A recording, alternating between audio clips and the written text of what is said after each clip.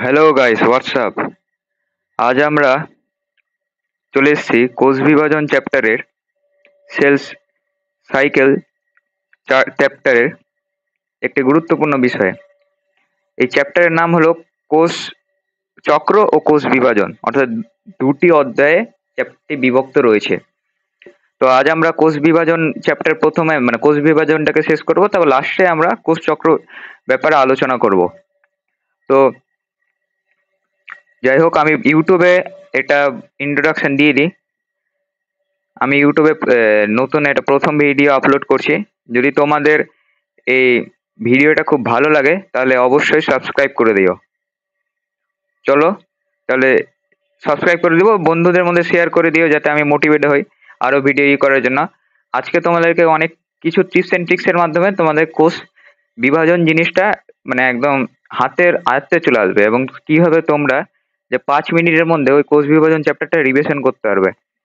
এবার দেখো, পড়াশোনা তো সবাই করে, কিন্তু রিভিশন, এবার পড়াশোনা করছি আমি ভুলে যাচ্ছি, ওটার কিন্তু কোনো ভ্যালু থাকলো না। এবার আমি এমন ভাবে আজকে পড়াবো যাতে তুমি 5 কি এমনকি 3-2 মিনিটে তুমি যদি রেগুলার প্র্যাকটিস করো কনসিস্টেন্সির মাধ্যমে, তাহলে তুমি 2-3 মিনিটের মধ্যে আমি যে পড়ালাম ওটা 2-3 মিনিট ধরে রিকল করতে পারবা। আর এটাই তোমার বিভিন্ন এখন কম্পিটিটিভ এক্সামে, এমনকি বোর্ডস এক্সামে খুব গুরুত্বপূর্ণ, কে কত দ্রুত এবং অ্যাকুরেসির সাথে প্রশ্নের সমাধান করতে পারে। তো এটা খুব গুরুত্বপূর্ণ। তাই আজকে আমি এমন ভাবে পড়াবো যাতে তোমাদের 2 থেকে 3 মিনিটের মধ্যে এক একটা জিনিস তোমাদের মনে চলে আসে, মানে এমন ক্লিক করে মাথায়, যেটা তুমি একটা জিনিস একটা নাম দেখো ওটা ক্লিক করে যাবে, এমন ভাবে পড়াবো। তো যাই হোক, বেশি কথা না বাড়িয়ে আজকে আমি জিনিসটা শুরু করছি। তো আমাদের এর নাম হলো cell division. Cell division cell division cell মানে কি? কোষ, এটা সবাই জানো। ডিভিশন মানে তো হলো বিভাজন। এবার ব্যাপারটা হলো, ধরো কোষ আছে, ঠিক আছে? কোষ, আমরা জানি কোষ কাকে বলে। কোষ হলো সজীব অর্থাৎ জীবদেহের গঠনগত কার্যগত একক হলো কোষ, এটা আমরা সবাই জানি। তো কোষের যদি তোমাকে একটা ছবি আঁকতে বলে রাফ, তাহলে তুমি কি আঁকবা? এরকম একটা ধরো আঁকলা, কোষ পর্দা, ওর মধ্যে থাকলো নিউক্লিয়াস, ঠিক আছে? নিউক্লিয়াসের মধ্যে থাকলো নিউক্লিওলাস, ক্রোমাটিন তন্তু, যাই হোক এরকম। তো এটাই কোষ, ঠিক আছে? কোষের বিভাজন ঘটে। এবার কোষের বিভাজন কি দুভাবে ঘটে, ঠিক আছে? এবার কোষের কি কি আমরা এখানে কি কি দেখতে পাচ্ছি, একটা নিউক্লিয়াস, তো এই দুভাবে ঘটে, মানে দুটার বিভাজন ঘটে। আর এই দুটার বিভাজনের নামটাকেই দুভাবে ভাগ করে দিয়েছে। একটা হলো নিউক্লিয়াসের ক্যারিওকাইনেসিস, ক্যারিওকাইনেসিস সিস, আরেকটা হলো সাইটোকাইনেসিস। এবার দেখো, সাইটোকাইনেসিস, ক্যারিওকাইনেসিস, একটা কমন ওয়ার্ড তুমি দেখতে পাচ্ছ হয়তো, কাইনেসিস। দুটোর ক্ষেত্রে কাইনেসিস রয়েছে। কাইনেসিস কথার অর্থ একটা, মানে কাইনেসিস একটি গ্রিক ওয়ার্ড যার অর্থ হলো মুভমেন্ট। কাইনেসিস একটি গ্রিক ওয়ার্ড যার অর্থ হলো মুভমেন্ট, অর্থাৎ নিউক্লিয়াসের মুভমেন্ট। আমরা ক্যারিয়ন মানে তোমরা জানোই, ক্যারিয়ন মানে তোমরা জানো নিউক্লিয়াস। তবে নিউক্লিয়াসের মুভমেন্ট তো কিভাবে মুভমেন্ট হচ্ছে? তা এই মুভমেন্ট হচ্ছে নিউক্লিয়াসের মুভমেন্ট। সাইটোপ্লাজম, সাইটো মানে কি? সাইটোপ্লাজমকে বোঝায়, সাইটোপ্লাজম। তো সাইটোপ্লাজমকে বোঝায়। তো সাইটোপ্লাজম আর ইসের মুভমেন্ট ঘটছে, তো কিভাবে ঘটছে ওটা নিয়ে আজকে আমি আলোচনা করব। তো প্রথমত এবার আমি বলে রাখি, সাইটোকাইনেসিসে কিন্তু নিউক্লিয়াসের কোনো মানে সাইটোপ্লাজমে নিউক্লিয়াস ইনক্লুড করে না। এই জন্য তোমার নিউক্লিয়াসের বিভাজনটাকে অন্য একটা নাম দেওয়া হয়েছে যার নাম হলো ক্যারিওকাইনেসিস। আচ্ছা, তোমাকে এবার এটা ছেড়ে দাও, অত কিছু বললাম না, তোমাকে একটা উদাহরণ দিচ্ছি। ধরো তুমি একটা মুভি দেখতে গেলো মুভি হলে, যেখানে মুভি হয়, এসভিএফ সিনেমা, অনেকটি ইয়ে আছে, মুভির হল আছে। তো আমি বলছি একটা মুভি হলো একটা হলে, তার মধ্যে কিছু ইন্টারভাল চলে, তারপর আরেকটা মুভি হয়, মানে কিছুটা এরকম। ধরো মুভি হচ্ছে একটা একটা মুভি হলো, তার মধ্যে ইন্টারভাল চলে। ইন্টারভাল মানে কি? ব্রেক, ঠিক আছে? ইন্টারভাল, এটাকে ইন্টারভাল বলে। এই জন্য দেখো সিনেমা হলে গেলে ইন্টারভাল চলছে অনেক সময় বলে ইয়েরা। তো ইন্টারভাল, তারপর মুভি। তো ঠিক কিছুটা কোষের বিভাজনের ক্ষেত্রে একই হয়, মুভি স্টার্ট হয়, ইন্টারভাল হয়, আবার মুভি হয়। ইন্টারভাল মানে কি? ইন্টারভালকে আমরা কি বলতে পারি? মানে ওখানে কোনো কাজ হচ্ছে না, মুভি চলছে না। আসলে মুভিটা প্রধান কাজ। তো মুভিকে আমরা এমফেজ লিখি, এমফেজ। তো ওরকমই মানে মানে কি বলবো, কোষ বিভাজনের দুটি দশা থাকে। একটা হলো এমফেজ আর একটা হলো এমফেজ লিখে দিই, ধরো এমফেজ আর ইন্টারফেজ। যেমন ইন্টারভালে মুভি চলে না, ওখানে বিশ্রাম মানে বিশ্রামরত, মানে ওখানে কোনো কাজ হয় না। কাজ হয় না মানে কি, প্রধান কাজটা ওখানে হয় না মুভি। এবারে মুভির M for movie, M for M phase. তো এমফেজটা মানে প্রধান কাজ অবশ্যই কোষ ডিভিশন। তুমি যখন দেখবে এমফেজে কি কি আছে তখন তুমি বুঝতে পারবে এমফেজে কি কি আছে। এমফেজে আছে ক্যারিওকাইনেসিস, ক্যারিওকাইনেসিস অ্যান্ড সাইটোকাইনেসিস। এটাই তো প্রধান কাজ কিনা। আমরা নিউক্লিয়াসের বিভাজন মানে কি বুঝি? ক্যারিওকাইনেসিস এবং সাইটোকাইনেসিস। তো এই দুটা প্রধান কাজ, এটা কিন্তু এম ফেজে হয়, মানে এটা প্রধান ফেজ। এই দুটো প্রধান ফেজের মাধ্যমে কি আসছে ইন্টারফেজ, যেখানে তোমার কিছু হয় না কিন্তু ইন্টারফেজে মানে বিশ্রামরত ফেজ, বিশ্রাম হয়, ওখানে বিশ্রাম করে, বিশ্রামরত দশা আমরা বলতেই পারি, বিশ্রামরত দশা বলতেই পারি। তো আমরা বলতে পারি যে ইন্টারফেজ ইজ প্রেজেন্ট বিটুইন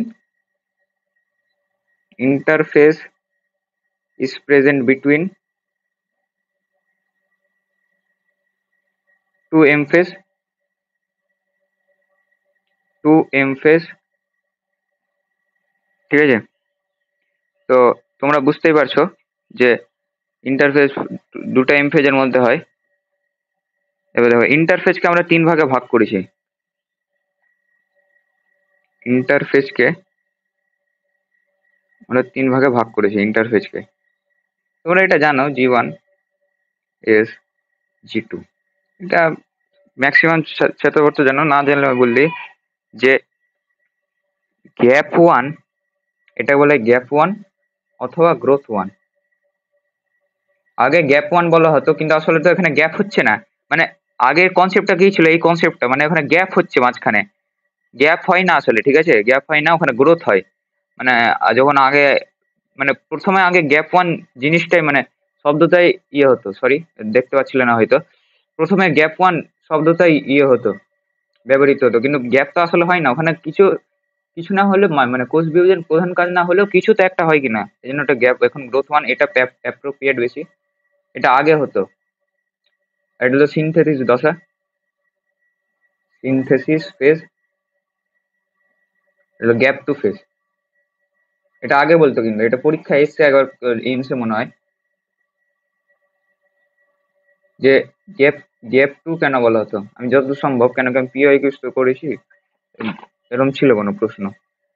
তো এবার দেখো এর মধ্যে আমি বললি এর মধ্যে এস ফেজটা প্রধান, মাঝখানে কোনটা থাকে? মাঝখানে তোমার সঙ্গে সব ফার্স্ট মানে ফার্স্ট সেকেন্ড থার্ডের মধ্যে মাঝখানে ফার্স্ট থাকে, ফার্স্ট হলো সবাই গুরুত্ব পায়, তাহলে মাঝখানে কে আছে? এস।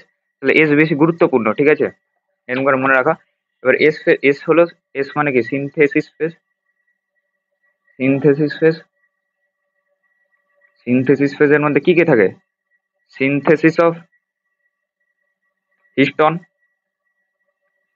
সিনথেসিস অফ হিস্টন হয়, আমি বলছি পরে, এগুলো আমি লিখে লিখে। Replication of, S for synthesis of histone, S for synthesis, synthesis or replication, replication.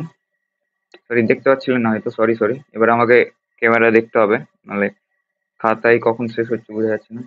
Replication of DNA and duplication of, duplication of centriole,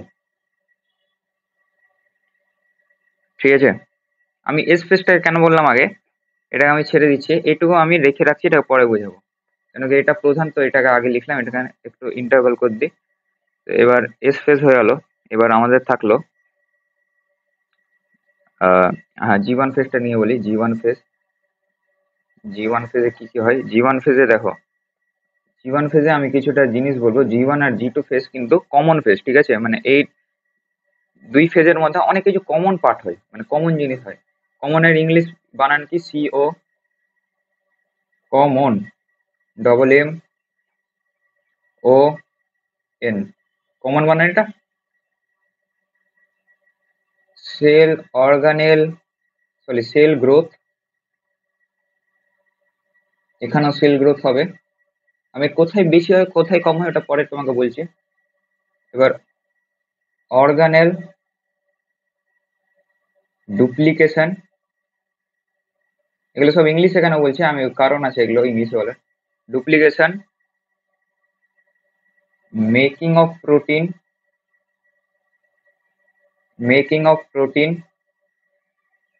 mitochondrial energy, mitochondria energy মানে তোমরা জানো মাইটোকন্ড্রিয়াল এনার্জি বা এটিপি লিখতে পারো তোমরা, এনার্জি কারেন্সি, এখানেও হয়। মানে এগুলো কমন, মানে দুটাতেই হবে, ঠিক আছে। তারপরে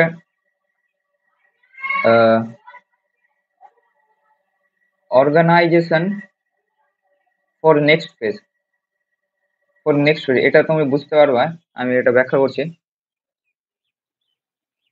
নেক্সট ফেজ, আর এন অর্গানাইজ, দেখতে পাচ্ছ না হয়তো,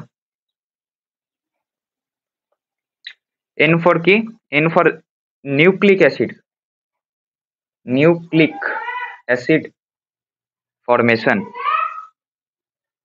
ফরমেশন।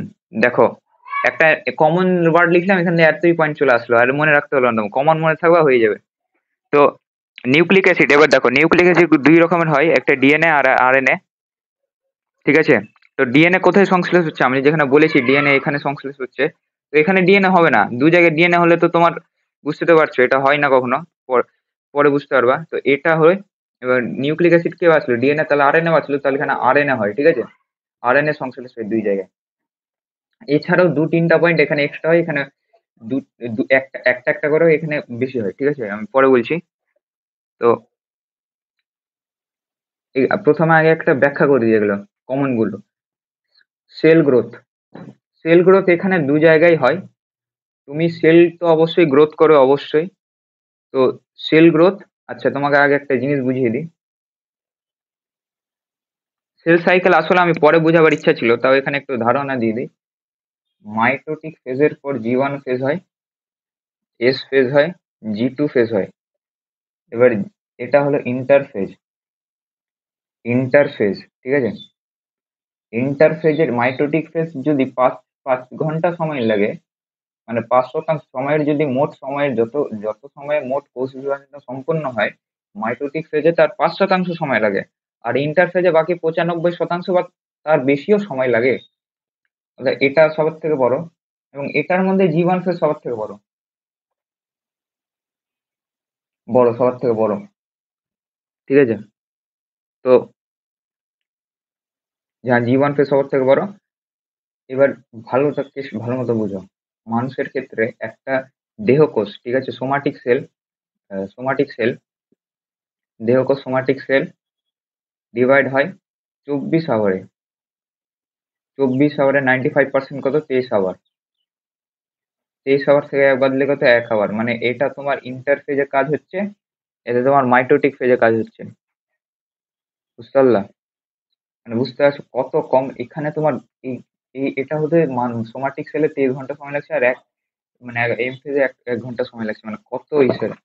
এনসিআরটির একটা উদাহরণ আছে, ইস্টের ইস্টের কোষ বিভাজন তোমার 90 মিনিটে কমপ্লিট হয়, ইস্টের কোষ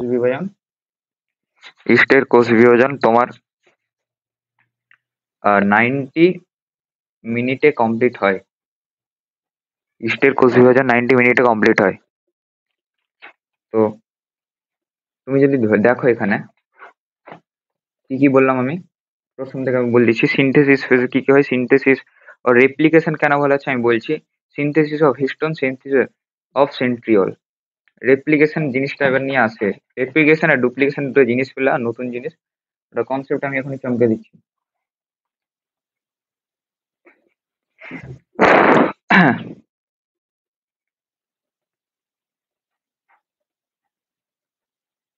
রেপ্লি, আমি আর শর্ট ফর্মে লিখছি, ঠিক আছে। রেপ্লিকেশন ভার্সেস ডুপ্লি, অর্থাৎ ডুপ্লিকেশন। ডিএনএ তোমরা জানো কিরকম হয়, ডিএনএ এরকম হয়,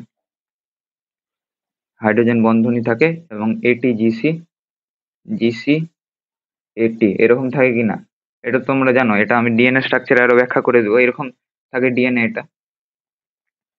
তো রেপ্লিকেশন কি হয়? রেপ্লিকেশনের মাধ্যমে এই স্ট্র্যান্ডটা ভেঙে যায়। হেলিকেজ, যেখানে হেলিকেজ উৎসেচক কাজ করে, আমি বলছি না তো, এটা খুব জটিল ব্যাপার। কারণ হেলিকেজ উৎসেচক কাজ করে, হাইড্রোজেন বন্ডগুলি ভেঙে যায় এবং হাইড্রোজেন বন্ডগুলি ভেঙে যাওয়ার পরে তোমার কি হবে? এখানে একটা বন্ড এখানে আসলো জি তাহলে এই বন্ডটা এখানে চলে আসবে তোমার টি সি টি আসলো।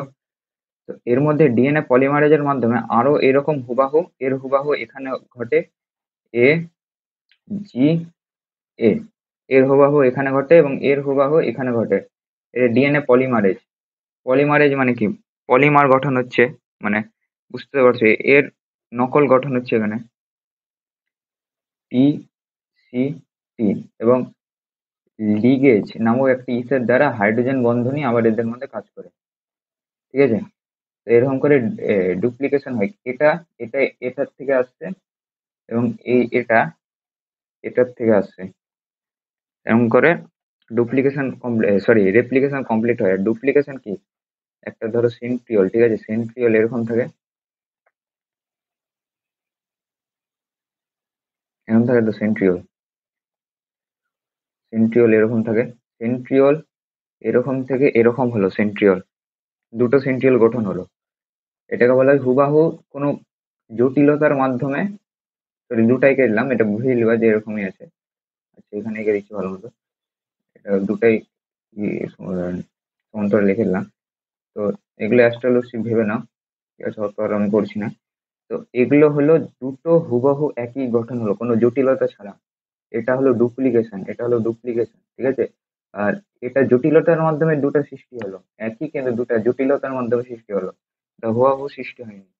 এখানে জটিলতা কেন? অনেকটি দেখতে পেলে তোমাকে কয়েকটা উৎসেচকের নাম বললাম, ডিএনএ পলিমারেজ, হেলিকেজ, লিগেজ। এই উৎসেচকের মাধ্যমে ডিএনএ রেপ্লিকেশন, এটা জটিল, তাহলে রেপ্লিকেশনে জটিল থাকে। এই জন্য এটাকে রেপ্লিকেশনকে সেমি ডুপ্লিকেশন বলা হয়। কেন পুরোপুরি দুটাতে ভাগ হচ্ছে না, আর মধ্যে অনেক থাকছে। ঠিক আছে? রেপ্লিকেশন ডুপ্লিকেশনে খুব গুরুত্বপূর্ণ একটা পার্থক্য। এটা অনেক বড় বড় স্টুডেন্ট তো, মানে যারা পরবর্তীকালে হায়ার শ্রেণী কলেজে, এরাও মানে ভালো মতো বুঝতে পারে না, তো বললাম। তো এবার দেখো, তো ডুপ্লিকেশন অফ ম্যাক্সিমাম সেল, দ্বারা আমি জল খেয়ে আসি, একটু ভিডিওটা পজ করছি। তো চলো পুনরায় শুরু করা যাক। তো আমি যেখানে ছিলাম, যে যে রেপ্লিকেশন আর ডুপ্লিকেশনের মধ্যে পার্থক্য বুঝালাম। তো এবার আমি আসল মুদ্রা কথায় আসি। আমি আজকের ক্লাসটা আমি বলে রাখি যে 1 ঘন্টা লাগবে। 1 ঘন্টার মধ্যে আমি শেষ করার চেষ্টা করবো পুরো। আমি কতদূর করাবো আমি বলে দিচ্ছি, সাইটোকাইনেসিস পর্যন্ত আমি করাবো। তো এটা ওয়ান শট ভিডিও, তো এটা ওরকম ব্যাখ্যা করে করা যায় না। তো আমি একবারই বলবো, ভালো মতো বলবো, দুবার রিপিট করে বলবো একবারে। তো ভালো মতো ক্লাসটা করবা, ঠিক আছে? এটা আমি পুরো নিট বেস্ট করাচ্ছি এবং তোমার বোর্ডের বেসও করাচ্ছি। আমি যেখানে বলবো যে এটা নিট বেস্ট, দেখো এনসিইআরটিতে অনেক কম কিছু দেওয়া আছে কিন্তু অনেক সূক্ষ্মভাবে দেওয়া আছে, এবং বোর্ডে অনেক বেশি দেওয়া আছে কিন্তু অত সূক্ষ্মভাবে দেওয়া নাই, মানে অত ব্যাখ্যা ভিত্তিক নাই। মানে ব্যাখ্যা ভিত্তিক কি, মানে সূক্ষ্মতার সাথে দেওয়া হয়নি। তাই দুটোই গুরুত্বপূর্ণ, বোর্ড এবং নিট।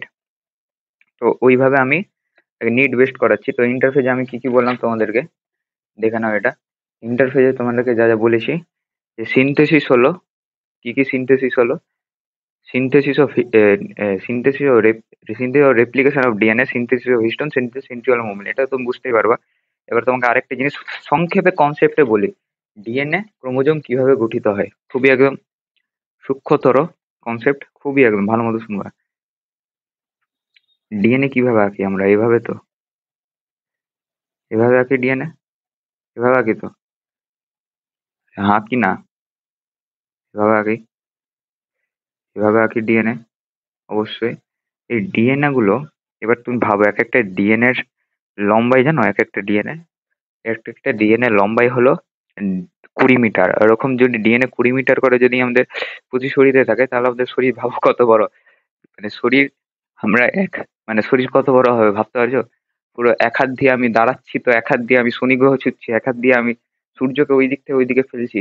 মানে বুঝতে পারি না, একটা কল্পনা করতে বলছি, যদি ওরকম অত বড় যদি আমাদের ডিএনএ দিয়ে দেহ, আর কমটি ডিএনএ আছে ভাবতে হবে, 100 ট্রিলিয়ন ডিএনএ আছে, 100 ট্রিলিয়ন, 50 ট্রিলিয়ন বলা হতো, এখন 100 ট্রিলিয়ন হয়ে গেছে এখন, যেটা নেচার পত্রিকায় প্রকাশিত হয়েছে কদিন আগে, 2025-এর কদিন মানে ফেব্রুয়ারি মাসে।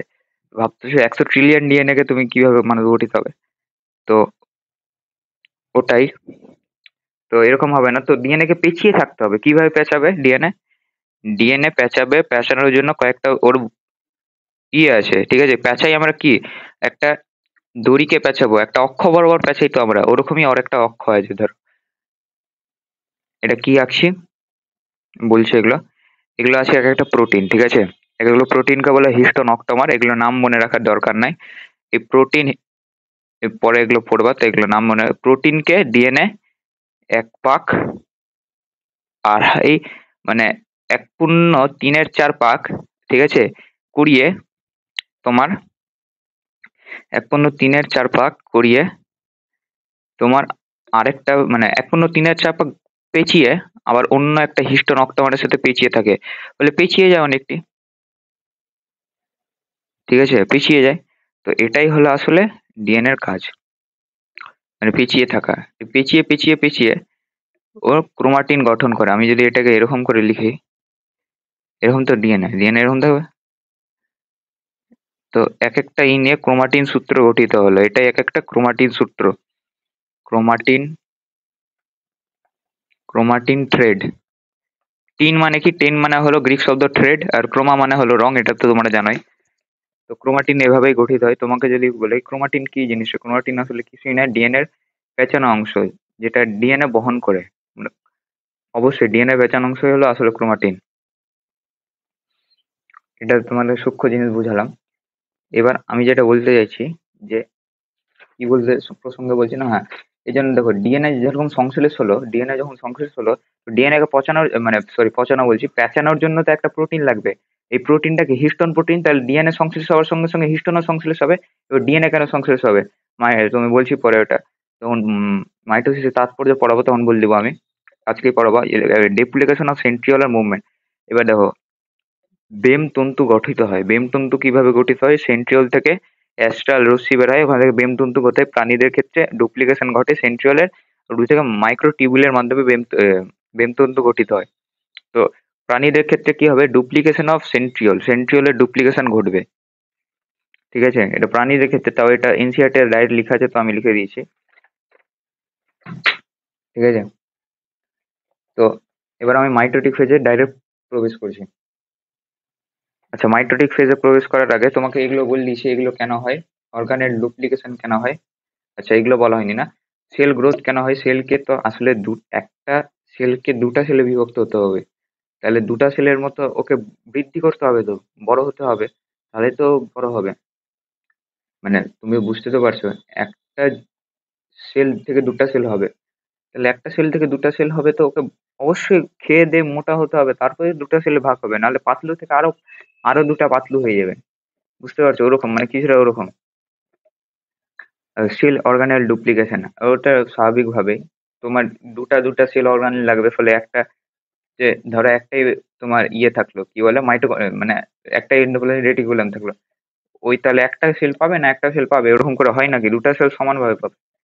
মেকিং অফ প্রোটিন, জীবাণু মেকিং অফ প্রোটিন, কি কি প্রোটিন গঠিত হয়? প্রোটিন মানে উৎসেচক, এবং উৎসেচক আমরা জানি যে ডিএনএ রেপ্লিকেশনে কি কি উৎসেচক লাগে? পলিমারেজ লাগে, DNA polymerase, RNA polymerase, helicase, ligase. তো এইসব প্রোটিন মানে উৎসেচক গঠন হয় জি1 ফেজে। আর জি2 ফেজে কি কি হয়? জি2 ফেজে হয় tubulin protein, tubulin protein. Tubulin প্রোটিনটা কি? বেম তন্তু গঠনে সাহায্য করে, মানে এম ফেজে প্রোমেন করবে, মানে আমাকে বেম গঠন করতে হবে। বেম গঠন করার জন্য কি প্রোটিন লাগবে? Tubulin protein. টিবিউলিন প্রোটিন গুলো পরে বেম তন্তু গঠন করে, আমি বলছি মাইটোকন্ড্রিয়ার এটিপি। এবার আমি যদি বলি সেল গ্রোথ কোথায় বেশি হয়, হ্যাঁ এটা আমার বলা হয়নি, সেল গ্রোথ এখানে কিন্তু বেশি হয়, ঠিক আছে? সেল গ্রোথ এটা সবার থেকে বড় ফেজ, বড় ফেজ, বড় ফেজ। তো এখানে সেল গ্রোথ বেশি হবে, এখানে কম হবে, মানে তুলনামূলক কম, মানে এটা মানে হয় না, না তুলনামূলক কম। সেল অর্গানে এখানে বেশি প্রোডাকশন হবে, এখানে কম হবে, কেন কি এখানে সময় বেশি পাচ্ছে, তো এখানে বেশি সেল অর্গানের প্রোডাকশন হয়। এখানে প্রোটিন বেশি হবে, কেন এখানে সময় বেশি পাচ্ছে, এখানে কম হবে। এবার মাইটোকন্ড্রিয়া এখানেও ক্যাচ হয়ে যাচ্ছে, মাইটোকন্ড্রিয়া এটিপি। তোমার ডিএনএ সংশ্লেষ করতে কত শক্তি লাগবে তুমি নিজে ভাবো, বেশি কিছু লাগবে শক্তি? ডিএনএ তো তোমার প্রোটিনের খেয়ে, ডিএনএ সংশ্লেষ করতে কি শক্তি লাগবে? বেশি শক্তি লাগবেই না। আর তুমি বেম তন্তু, তুমি অ্যানাফেজে যখন পড়বে, অ্যানাফেজে তোমার অ্যানাফেজের বেম তন্তুর সাহায্যে তোমার ডিএনএটাকে মানে ক্রোমোজোমটাকে সেন্ট্রোমিয়ার বরাবর পুরো ফেলে দিচ্ছে।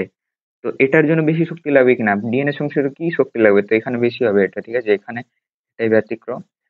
আর বলছে অর্গানাইজেশন, এটা মানে দেখো অর্গানাইজেশন কিছুই না, এই যে এগুলো হচ্ছে মানে নেক্সট ফেজ যাওয়ার জন্য এখানে সব অর্গানাইজেশন হচ্ছে, মানে একটা বাড়ি তৈরি করার জন্য ভিত দিতে হয়, তো এই ভিতগুলো এখানে তৈরি হচ্ছে, ওটাই এখানে বলেছে। এটা ফলস পয়েন্ট বলতে গেলে, এনসিইআরটি লেখা আছে তাই লিখে দিয়েছি। আর আরএনএ ফরমেশন অবশ্যই, আরএনএ গুরুত্বপূর্ণ, আরএনএ এর মাধ্যমে ডিএনএ সংশ্লেষ, আরএনএ না হলে ডিএনএ হবে না, এখানেও ডিএনএ হবে না। তো আরএনএ তো হবে দুটো ফেজে সমান ভাবে, মানে দুটো ফেজে এখানে বেশি, তো এখানে বেশি হবে, সময় তো এখানে কম হবে। বুঝতে পারলা? হয়ে গেল?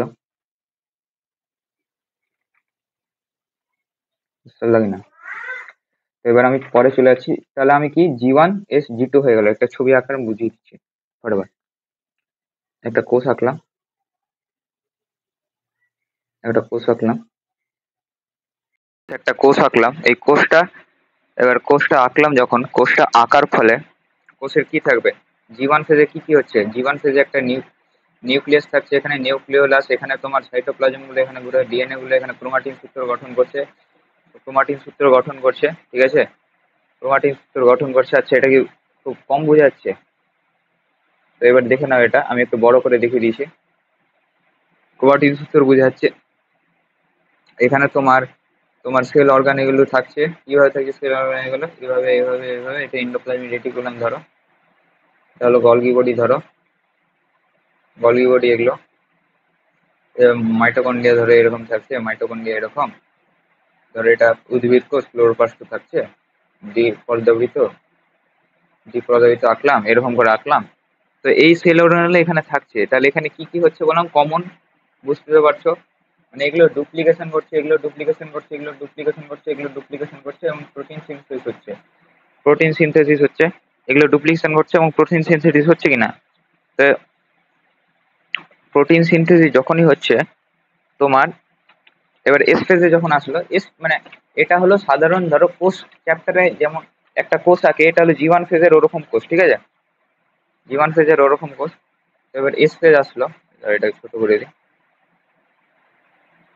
এটা এস ফেজ আসলো, এস ফেজ একটু বড় করে আঁকি তাহলে তোমার দেখতে অসুবিধা হবে। এস ফেজ আঁকলাম, তো এস ফেজে একটা বড় করে নিউক্লিয়াস হচ্ছে, ঠিক আছে? আর কোষ সংখ্যাগুলো নিয়ে আমি ব্যাখ্যা করছি না, এগুলো কোষ চ্যাপ্টারে তুমি সংক্ষেপে মানে বিস্তৃত পেয়ে যাবে। কি হচ্ছে? একটা হচ্ছে, আরেকটা মানে এর রেপ্লিকা হিসাবে আরেকটা জিনিস হয়ে যাচ্ছে, আরেকটা এরকম, ঠিক আছে? আরেকটা জিনিস হয়ে যাচ্ছে, মানে একটা ক্রোমাটিনে দুটি ডিএনএ অণু আছে, ঠিক আছে? এটা খুব গুরুত্বপূর্ণ, একটা ক্রোমাটিনে দুটি ডিএনএ অণু, এস ফেজে একটা ক্রোমাটিনে দুটি ডিএনএ অণু, এস ফেজে একটা ক্রোমাটিনে একটি ডিএনএ অণু, সেন্ট্রিওলের দুটি বিভাজন হচ্ছে। এবার এখানে গ্রোথ হচ্ছে, ঠিক আছে? এখানে গ্রোথ হচ্ছে, গ্রোথ হচ্ছে, গ্রোথ হচ্ছে, এখানে খুব বড় হয়ে যাচ্ছে গ্রোথ, ঠিক আছে? এখানে খুব বড় হয়ে যাচ্ছে, এখানে খুব বড় হয়ে যাচ্ছে। তো আবার এখানে আবার দুটি হবে অবশ্যই, এখানে তো আর চেঞ্জ হবে না, এখানেও দুটি হবে,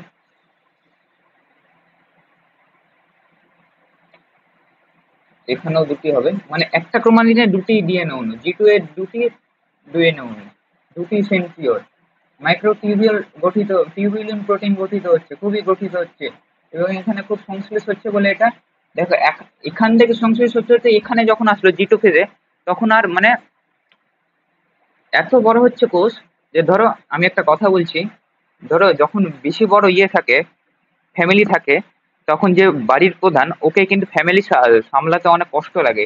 এই জন্য আরেকটা, ধরো আরেকজনকে ও বলে যে দেখ, আমি তো একলাই পাচ্ছি না, তুই তুই ফ্যামিলিটাকে দেখ একটু ভালো মতো।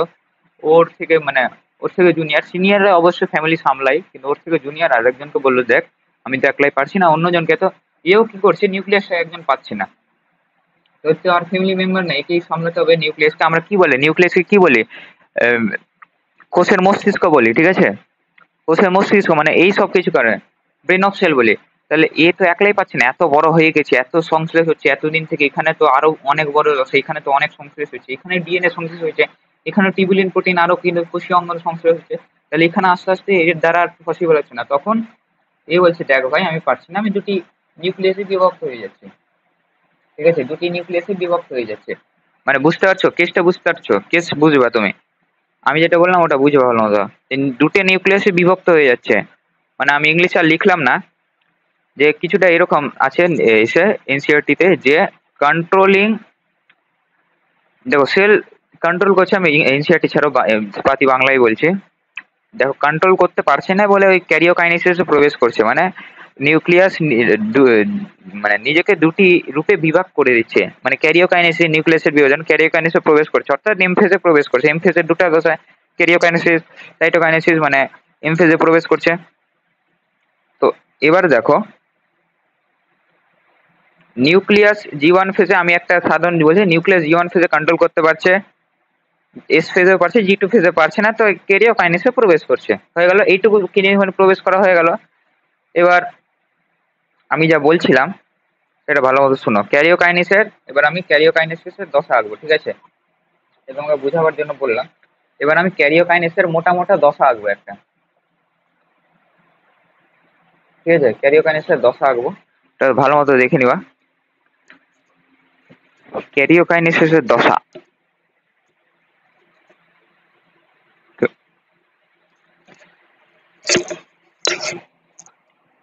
ক্যারিওকাইনেসিসের দশা আঁকবো।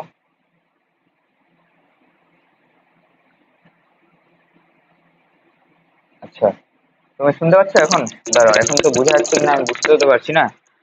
এখন হয়তো ভালো মতো বোঝা যাচ্ছে। মাইকটা আমার মিশের মুখের সামনে নিয়ে যেতে হচ্ছে। আচ্ছা, এইভাবে কোনো ব্যাপার নাই, এইভাবে আমি এক হাতে আঁকছি। তো ক্যারিওকাইনেসিস আঁকছি আমি, ক্যারিওকাইনেসিস মানে কি, ক্যারিওকাইনেসিস আঁকছি,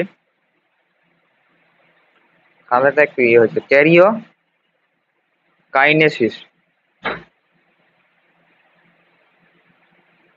ক্যারিওকাইনেসিস আঁকছি। তো কেন, কটা দশা ক্যারিওকাইনেসিসের, তো ক্যারিওকাইনেসিসের দুটি মানে সরি, ক্যারিওকাইনেসিসের পিএমএটি চারটি দশা রয়েছে, ঠিক আছে, PMAT prophase, metaphase, anaphase, telophase.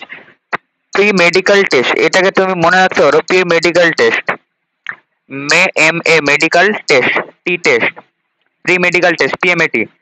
P for prophase, M for metaphase, A for anaphase, T for telophase. এটা তোমরা জানো, অবশ্যই জানো, জানবা না কেন, এটা তো ক্লাস 10 এর কনসেপ্ট, তো এত সবাই জানো। তো এবার কেসটা হয়ে যায় তোমার এই, মানে প্রোফেজ, মেটাফেজ, এনফেজ মনে রাখতে সাহায্য। তো আমি একটা নিমোনিক বানিয়েছি, পি ফর কি, P for Pappu, P for Pappu, Pappu can dance শালা, পাপ্পু ক্যান ডান্স শালা। C for chromatin condensation, condensation. C for কি হবে, সি ফর হলো সেন্ট্রিওলার মুভমেন্ট। এবার সেন্ট্রিওল গুলো যেগুলো এস দশায় যে সেন্ট্রিওলের ডুপ্লিকেশন ঘটেছিল, এই সেন্ট্রিওল হলে আমাদের মুভমেন্ট ঘটবে, ঠিক আছে, সেন্ট্রিওলার মুভমেন্ট, মুভমেন্ট ঘটছে, সেন্ট্রিওলার মুভমেন্ট ঘটছে। এবার ডি ফর কি, ডি ফর হলো আমাদের, দেখো পাপ্পু ক্যান ডান্স হলো সেন্ট্রিওলের মুভমেন্ট ঘটলো, ইয়ে ঘটলো। তো এবার একটা জিনিস হয়ে যায়, ডি ফর, আমি বলছি দুটা জিনিস বলছি, এটা ভালো মতো শুনবা, খুবই important. D for disintegration, disintegration of, integration of nuclear membrane, NM লিখছি, ঠিক আছে, নিউক্লিয়ার মেমব্রেন। আর আরেকটা হলো disappearance of, appearance of cell organelle. একটা হলো স্পিন্ডল ফাইবার বা বেম তন্তুর ফর্মেশন ঘটে এই থেকে। এবার দেখো ভালো মতো বুঝো, যে ক্রোমাটিন কন্ডেনসেশন, আমরা জানি যে ক্রোমাটিন গুলি, দেখো ক্রোমাটিন, এটা তো ক্রোমাটিন একটা, এটা এটা একটা ক্রোমাটিন, ঠিক আছে, দুটি ডিএনএ থাকছে, একটা ক্রোমাটিন দুটি ডিএনএ অণু। তো এখানে একটা ক্রোমাটিন, এখানে একটা এখানে এটা ক্রোমাটিন, এবং এখানে যেটা একটি ডিএনএ বহন করেছিল এখানেও একটা ক্রোমাটিন।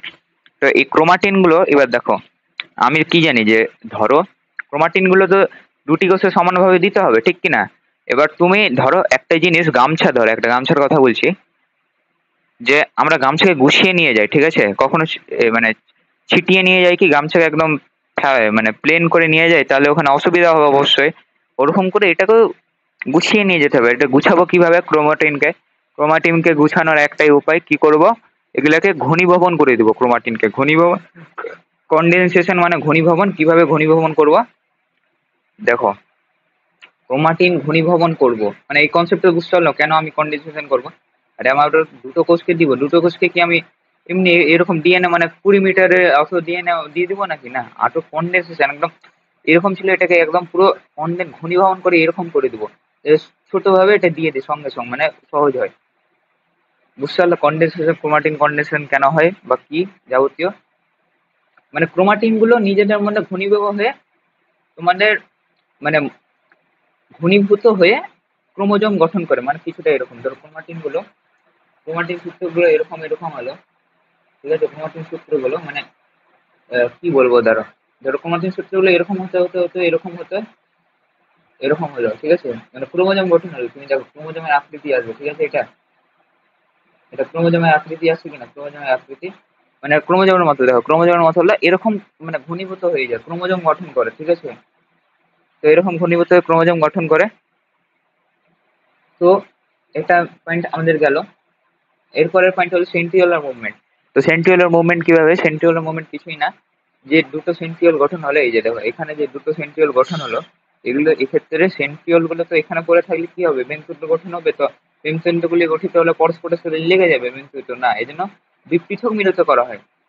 পৃথক, ধরো এও সুতো এই ছড়াচ্ছে, এও সুতো ছড়াচ্ছে, দুটো একসঙ্গে যদি পাশাপাশি সুতো ছড়ায় তাহলে লেপটে যাবে না, এই জন্য দুটি পৃথক ইসে করা হয়, ঠিক আছে। এই দিকে ধরো একটা বেমতন্তু যাবে এইদিকে, তাহলে বেমতন্তু গুলো ধরো এখান থেকে দুটি ছিটিয়ে এখানে গেল, এটা হলো সেন্ট্রিওলার মুভমেন্ট। এটাও তুমি বুঝতে পারলাম সেন্ট্রিওলার মুভমেন্ট কি হয়, বেমতন্তু গঠন করে। ডিসইন্টিগ্রেশন নিউক্লিয়ার মেমব্রেন, এবার বলছি আমি ডিসইন্টিগ্রেশন অফ নিউক্লিয়ার মেমব্রেন। কেন ডিসইন্টিগ্রেশন হবে? আমি একটা কথা বলছি, নিউক্লিয়ার মেমব্রেন যদি যদি না ডিসইন্টিগ্রেশন হয়, তাহলে আমরা ক্রোমোজোম গুলি সমানভাবে দিতে পারবো না। কিভাবে দিব? ক্রোমোজোম গুলি বেমতন্তুর সাথে যুক্তই তো হবে না, তাহলে কিভাবে? তো অবশ্য আমাদের সাথে শত্রু হয়ে দাঁড়িয়ে আছে আমাদের নিউক্লিয়ার মেমব্রেন। তো নিউক্লিয়ার মেমব্রেন ভাঙতে হবে। তো নিউক্লিয়ার মেমব্রেন ভাঙার একটা কয়েকটা প্রক্রিয়া থাকছে, আমি সংক্ষেপে বলে দিচ্ছি। যে নিউক্লিয়াসের মধ্যে নিউক্লিয়ার ল্যামিনা বলে একটা জিনিস থাকে, ঠিক আছে। নিউক্লিয়ার ল্যামিনা, এটা মনে রাখো, ওটা সেটা আমি বলছি, এটা অবশ্য মনে রাখার কোনো ইয়ে নাই। নিউক্লিয়ার ল্যামিনা বলে একটা জিনিস থাকে, ওগুলো নিউক্লিয়ার ল্যামিনেজ প্রোটিন দ্বারা যুক্ত থাকে। সেগুলি ল্যামিনেজ প্রোটিনগুলি ভেঙে যায়, আসলে ল্যামিনেজ প্রোটিনগুলি ভেঙে যায়, ফলে তার বন্ধন মানে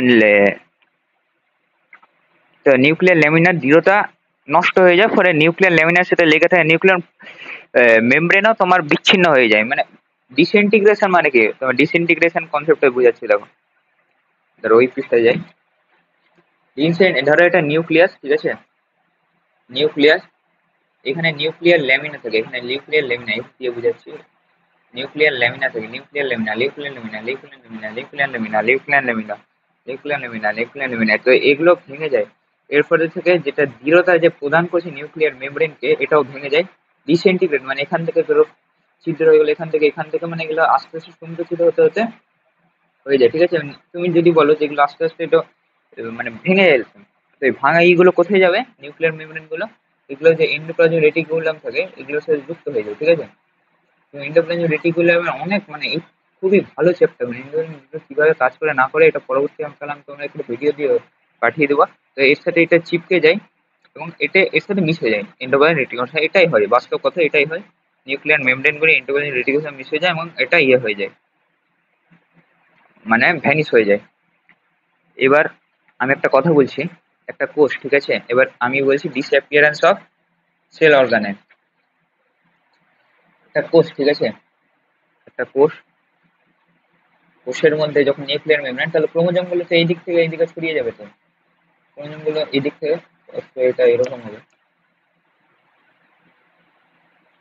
ক্রোমোজোম গুলো তো এইদিকে ছড়িয়ে যাবে, তো ঠিক কি না? আরে হ্যাঁ কি না, ছড়িয়ে যাবে কেন, এটা আর বাধার মধ্যে থাকবে না, এরকম করে ছড়িয়ে যাবে তো। মানে ক্রোমোজোম গুলো যেমন তেমন করে ছড়িয়ে যায়, ঠিক আছে, ক্রোমোজোম গুলো যেমন তেমন করে ছড়িয়ে যায়। তো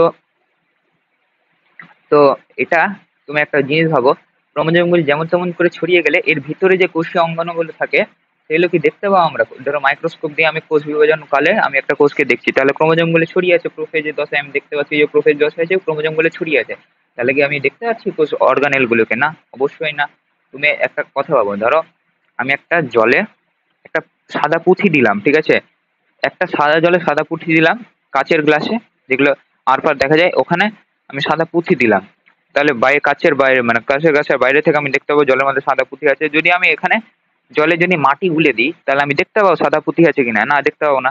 ওরকম করে কেসটা এরকম হয় যখন ক্রোমোজোম গুলো এত যে ঘন মানে এত কাছাকাছি হয়ে যায়। আবার আমি তো আরো বলছি যে ক্রোমোজোম গুলো কিছুটা এরকম থাকে, ঠিক আছে, এরকম এরকম এরকম, আবার এরকম এরকম এরকম এরকম এরকম এরকম, মানে এরকম মানে এত ইয়ে হয়ে যায় মানে কি বলবো, ঘন সন্নিবিষ্ট হয়ে যায়, মানে ছোট আর মোটা হয়ে যায় কিনা তো আর ভালো মতো বোঝা যায় না। তো এগুলো বোঝা যায় না, মানে ভিসকাস হয়ে যায়। আবার ভিসকাস এবার গাঢ় হয়ে যায়, গাঢ় হওয়ার আরেকটা কারণ হলো তোমার যখন নিউক্লিয়ার মেমব্রেনটা ভাঙছে, তো নিউক্লিয় প্লাজম তো অবশ্যই গাঢ় কিনা, নিউক্লিয় প্লাজম গাঢ়, আরে গাঢ় কিনা নিউক্লিয় প্লাজম? অবশ্যই সাইটোপ্লাজম থেকে গাঢ়, এই জন্যই তো তোমার নিউক্লিয়াসটাকে গাঢ় দেখায়। ওই নিউক্লিয়াম প্লাজমটা সাইটোপ্লাজমের যদি গাঢ় জিনিস একটা আমি কথা বলছি, গ্লিসারিন আর জল মিক্সচার করলে গ্লিসারিনই মানে গাঢ় হয়ে যায় ওই দ্রব্যটা, জল তো আসলে তরল ছিল, ওটা গাঢ় হয়ে যায়। ওই এবার গাঢ়র মধ্যে কোনো কিছু তুমি দেখবা ওর মধ্যে কিন্তু প্রতিফলনের একটা কারণে তুমি ওর মধ্যে আর দেখতে পাবে না, কিছু এরকম ব্যাপার আছে। তো ওই ভিসকাসিটির জন্য মানে গাঢ়ত্ব বেড়ে যায়, ফলে আমি দেখতে পাই না, মানে মাটির উদাহরণের জন্য গাঢ়ত্ব বেড়ে যাচ্ছে, ফলে আমি ভিতরের কোনো বস্তু দেখতে পাচ্ছি না, এই জন্য সিয়ার অর্গানগুলোকে দেখতে পাচ্ছি না। এগুলো ডিসঅ্যাপিয়ারেন্স হয়ে যাচ্ছে, এটা আমি এখানেই লিখেছি দেখো, ডিসঅ্যাপিয়ারেন্স অফ সেল অর্গানেল।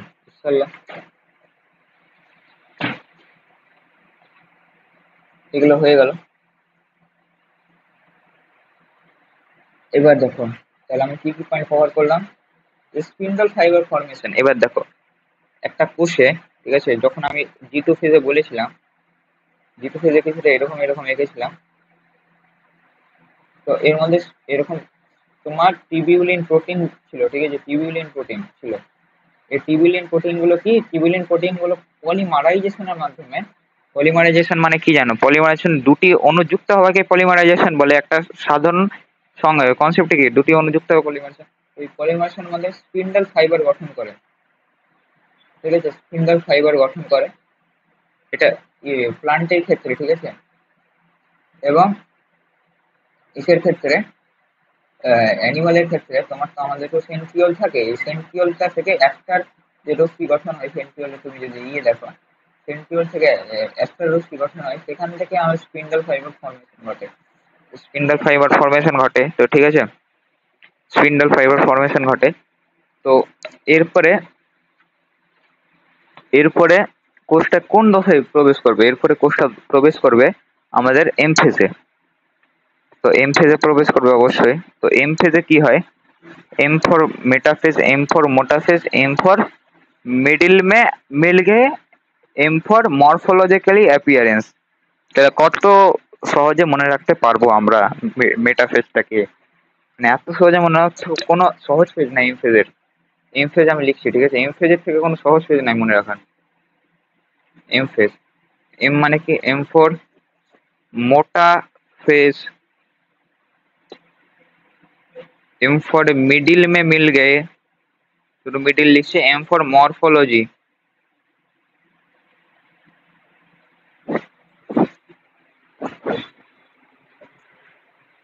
এবার দেখো, দেখো মরফোলজি, মেটাফেজ মোটাফেজ মানে কি, ক্রোমোজোম গুলো আরো কন্ডেনসেশন হয়ে এমন মোটা, ছোট মোটা হয় যে একদম খুবই ছোট মোটা হয়ে যায়, ঠিক আছে, মানে খুবই কন্ডেন্স ছোট মোটা হয়ে যায়। ফলে এবার ছোট মোটা জিনিস আমরা ভালো মতো দেখতে পাই, ঠিক কি না? আরে তুমি সুতার ক্ষেত্রেই ভাবো না, ক্রোমোজোম কত সূক্ষ্ম জিনিস, একটা সুতাকে যদি আমি পেঁচিয়ে দিই তাহলে ওটা সুতায় আমি ধরো একটা এটা সুতা পেন থেকে সুতা ধরো এটা সুতা ঠিক আছে এই সুতা যদি এত পাতলা হয় তাহলে আমি দেখতে পাবো এখান থেকে না এটা যদি আমি পেঁচিয়ে পেঁচিয়ে মোটা করে দিই তাহলে আমি দেখতে পাবো ওরকম করেই এটাকে এমন পেঁচালাম এমন কন্ডেনসেশন করলাম এমন স্পাইরালাইজেশন করলাম যে এটা পেঁচিয়ে গেল 1 2 3 4 5 6টা এঁকে দিই খুবই পেঁচিয়ে দিয়েছি ঠিক আছে খুবই পেঁচিয়ে দিয়েছি তো এটা হলো আরেকটা হবে মেটাফেজিক প্লেট 4টা metaphase M4 metaphase M4 মোটাফেজ M4 middle ভেঙে M4 মরফোলজি মেটাফেজিক মেটাফেজিক প্লেট ভাবতে পারছো কত কিছু হচ্ছে এই ক্রোমোজোম গুলো মেটাফিজিক প্লেটে এই সেন্ট্রোমিয়ার গুলো বিস্তৃত থাকে ঠিক আছে ক্রোমোজোমের সেন্ট্রোমিয়ার গুলা এই 4টা পয়েন্ট কিন্তু এই 4টা পয়েন্টের বাইরে পরীক্ষা বোর্ড হোক ইনস্টিটিউট হোক কিচ্ছু আসবে না আমি বলে দিলাম কিচ্ছু না মানে কিচ্ছু আসবে না এই 4টা পয়েন্টের বাইরে এমসিতে আমি যেটা বলি ওটাই মোটা ফেস তো বুঝতে পারলা কেন মোটা হয় এত কন্ডেনসেশন হয় যেটা একদমই হয় मिडिल में मिल गए অবশ্যই মেটাফেজে মিডিল মে মিল গে এটা হলো ইকুয়েটোরিয়াল প্লেট ইকুয়েটোরিয়াল প্লেন এটা আমি লিখছি না বিষুব অঞ্চল এটা তোমরা জানে মোটা ফেজ মিডিল মে মরফোলজি কি এবার দেখো এবার এত যদি মোটা হয় এত যদি মিডিল চলে আসে তাহলে আমরা ক্রোমোজোম তো অবশ্যই এখানে তো অগোছালো ছিল দেখতে পাচ্ছি না এক একটা ক্রোমোজোম না এবার মিডিল মে চলে আসো 46টা ক্রোমোজোম এখন মিডিল মে সজ্জিত হয়ে গেল তো মিডলে যখন সজ্জিত হলো মাইক্রোস্কোপ দিয়ে যখন আমি ক্রোমোজোমকে দেখবো তাহলে ভালো মতো দেখতে পাবো তো ভালো মতো দেখতে পাচ্ছি বলে এটা মরফোলজি হচ্ছে বুঝতে পারলাম বুঝতে পারলা কি না আমার জিনিস আবার ভালো মতো দেখো मोटा फेज M4 मिडिल में मिल गए मेटाफिजिक प्लेट मिल गए इक्वेटोरियल प्लेट मेटाफिजिक প্লেট থাকে বিষুব অঞ্চলে এবং মরফোলজি এবার মাইক্রোস্কোপের উপর থেকে দেখছি মরফোলজি মানে কি দেখো মরফোলজি মানে বলছি আমি তোকে বলা হয়নি মরফোলজি মানে হলো অঙ্গ সংস্থান বাংলায় যাকে বলে এবার অঙ্গ সংস্থান মানে কি বাইরের গঠন structure of external structure study of external structure morphology এবার এক্সটার্নাল স্ট্রাকচার আমি ভালো মতো বুঝতে পারবো যে এটা কি আছে না আছে তো এখানে মরফোলজিক্যালি আমি সুবিধা পাবো ঠিক আছে তো মেটাফেজ হয়ে গেল মেটাফেজ আর কিছু বলার নেই এটাই বোর্ডে যা আমি জাস্ট টেকনিক বানিয়েছি সেটা এবার মনে রাখো তাহলে সব মনে থাকে সারা জীবন মনে থাকবে আর কি আছে মেটাফেজ কিচ্ছু নাই অ্যানাফেজ এবার দেখো অ্যানাফেজ ए फॉर अलग अलग हो गए अलग हो गए अलग अलग हो गए মানে কত এক একটা জিনিস কত সূক্ষ্মভাবে দেওয়া আছে দেখো अलग अलग हो गए কি হবে যখন আমি জানি যখন মিডিলে থাকলো ঠিক আছে এবার মিডিলে তোমার বেমের সাথে কিন্তু যুক্ত হয়ে যাবে এরা বেম তন্তু ফরমেশন হচ্ছে অবশ্যই মিডিলে এদের সাথে বেম যুক্ত হবে এদের সাথে বেম যুক্ত হবে এদের সাথে বেম যুক্ত হবে এদের সাথে বেম যুক্ত হবে এদের সাথে সরি এটা এইভাবে হয় না এটা এইভাবে হয় ভুল লেখেছি একটু সরি সরি সরি এই যে দেখতে পাচ্ছ এটা এরকম হয় এটার সাথে এটা হয় এটার সাথে এটা হয় এটার সাথে এটা যুক্ত হয় এটার সাথে এটা যুক্ত হয় এটার সাথে এটা যুক্ত হয় এটার সাথে এটা বেম এরকম করেই যুক্ত হয় ঠিক আছে M4 মেটাফেজ M4 মোটাফেজ আমি একটা ভালো মতো এঁকে দিচ্ছি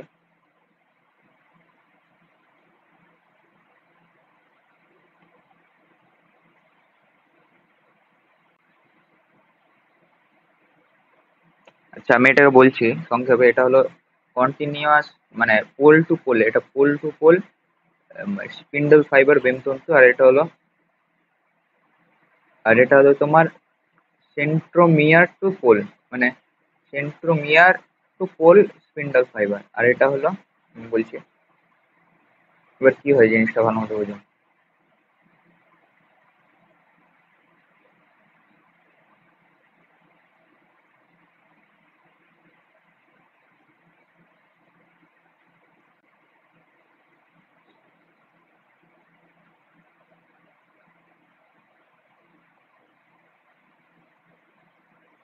ছবিটা আমি বোঝাবার জন্য বলছি এটা ছবিটা এরকম হয় না ছবিটা কিছুটা এরকম হয় কেন হয় আমি ওটাও বলছি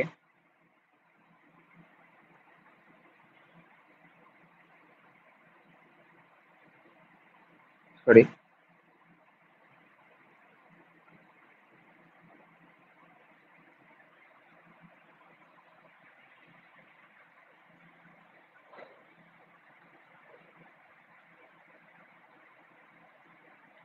আচ্ছা, সেন্ট্রোমিয়ার, সরি সেন্ট্রোজোম, সেন্ট্রোজোম থেকে এটা হলো, এখানে উৎপন্ন, এখান থেকে এটা হলো, তো এটা হয়ে যাক। আচ্ছা, আজকে আজকে তোমাদের ক্লাসটা অ্যানাফেজ পর্যন্ত রাখছি, পরে আমি দিয়ে দিবো, অ্যানাফেজটা ডাইরেক্ট হয়ে যায়। আচ্ছা, আচ্ছা সম্পূর্ণ করে দিই ক্লাসটা, ছাড়ো।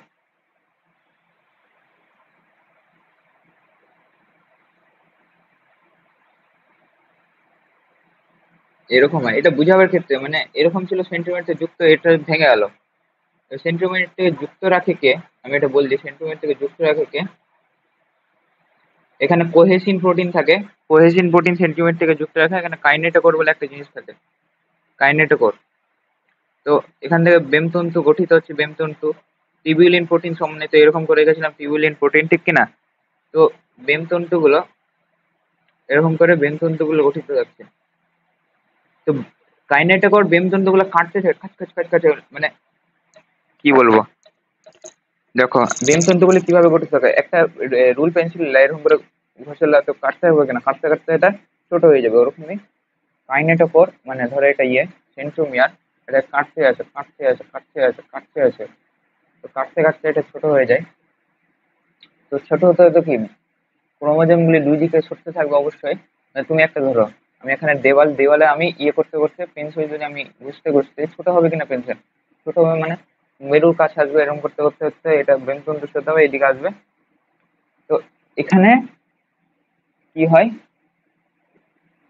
সেন্ট্রোমিয়ার টু পোল যে বেমতন্তু, ওটা ডিপ পলিমারাইজেশন ঘটে, কাটা মানে কি ডিপ পলিমারাইজেশন। আর তোমার পোল টু পোল, এবার দেখো আমি একটা কথা বলছি, একটা দেওয়াল আছে, ওই দেওয়ালের মধ্যে সুতা আছে, এবার সুতার যদি আমি পলিমার, মানে শক্ত সুতা আছে, সুতার যদি আমি পলিমারাইজেশন ঘটাই, ঠিক আছে, তাহলে এটা আস্তে আস্তে দেওয়ালটা বড় হবে না? আরে এটা তো মাঝখানে তো দৈর্ঘ্য বাড়ছে কিনা, তো দেওয়ালটা আসলে দূরত্ব বাড়বে। ওরকমই সেন্ট্রিওল গুলো আরো দূরে সরে যায়, ফলে তোমার ক্রোমাটিড গুলো, মানে ক্রোমোজোম থেকে যে বিচ্ছিন্ন হয় যে দুটি ক্রোমাটিড গঠনে, সেটা আরো দূরে সরতে থাকে।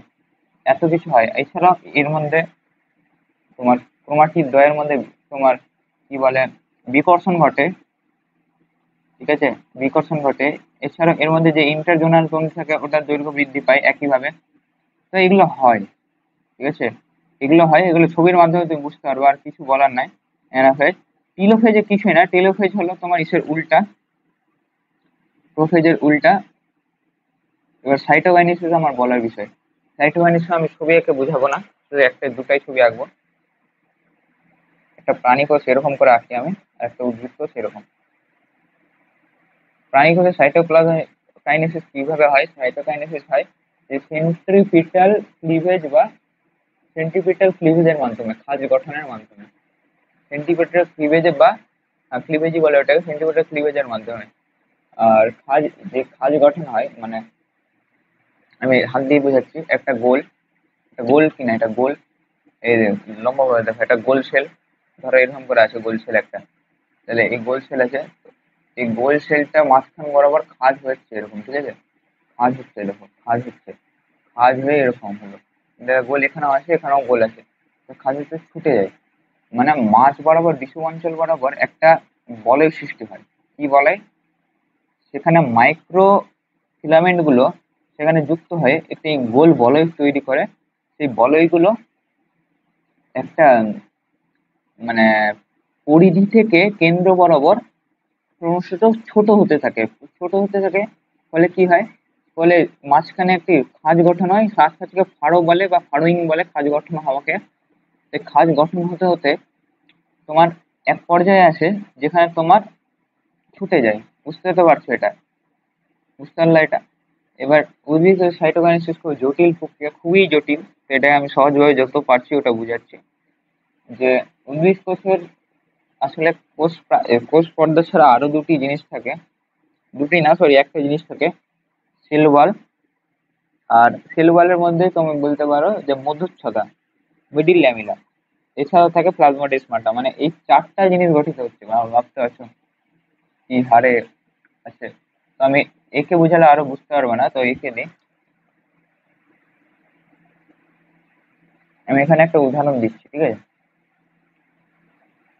একটা যখন বাড়ি বানায়, এবং শিক এরকম তৈরি করে কিনা, শিক এরকম তৈরি করে, ঠিক যখন এরকম তৈরি করে এর মধ্যে কি করে মিস্ত্রি দেয়, এখানে সিমেন্ট দেয়, এখানে সিমেন্ট দেয়, এখানে সিমেন্ট দেয়, এখানে এখানে দিতে দিতে দিতে সম্পূর্ণ আগে একে মাঝখানে মাঝখানে সিমেন্ট দেয়, যাতে তারপরে ঢেলে দেয় একেবারে। কেন দেয় ওটা তোমরা জানো অবশ্যই, যাতে কাঠামোটা মানে দেখতে বুঝতে পারে যে কোন দিকে সিমেন্ট দেওয়া হয়েছে।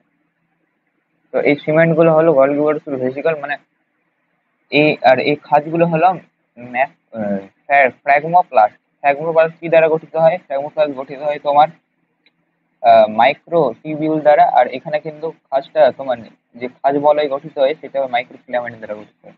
তো মাইক্রো টিবিউল কি গঠন করে? এই খাঁজটা, সরি, এই ফ্র্যাগমোপ্লাস্ট গঠন করে, এবং এগুলো হলো ভেসিকল। ভেসিকলের মধ্যে কি থাকে? ভেসিকলের মধ্যে থেকে সেলুলোজ, হেমিসেলুলোজ, পেকটিন জাতীয় জৈবগুলো, যেগুলো গঠন করে, কি গঠন করে?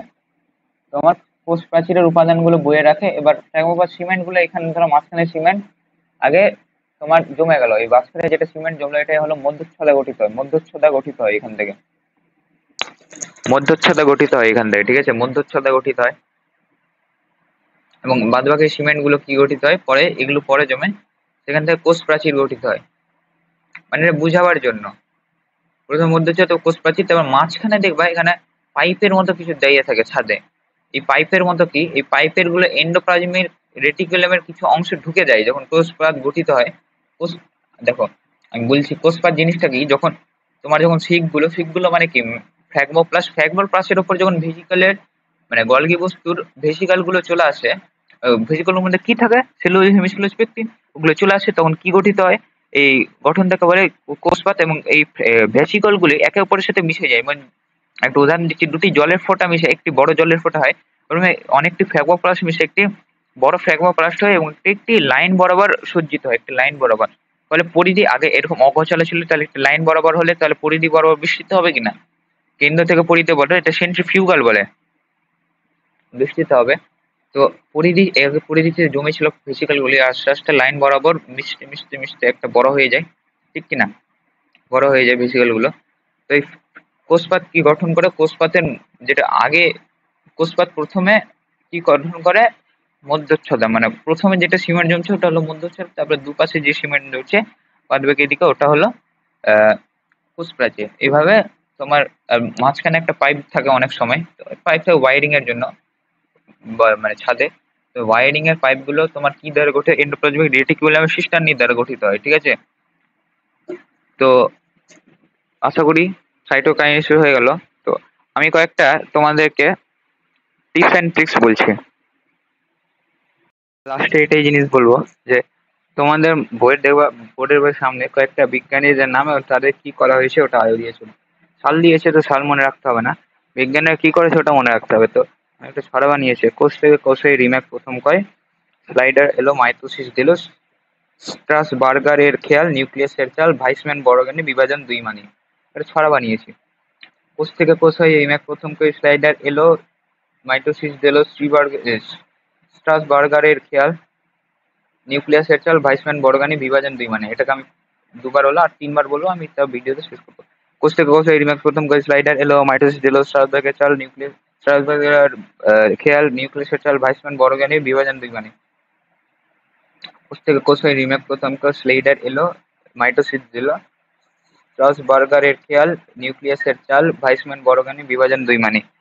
যাই হোক আজকে ভিডিও শেষ করছি। তো যদি চ্যানেলটা ভালো লাগে তাহলে সাবস্ক্রাইব করো, ভিডিও ভালো লাগে সাবস্ক্রাইব, বন্ধুদের সাথে শেয়ার করো, এবং আমাকে এরকম আরো মোটিভেট করলে আমি আরো ভিডিও এরকম বানাতে পারবো।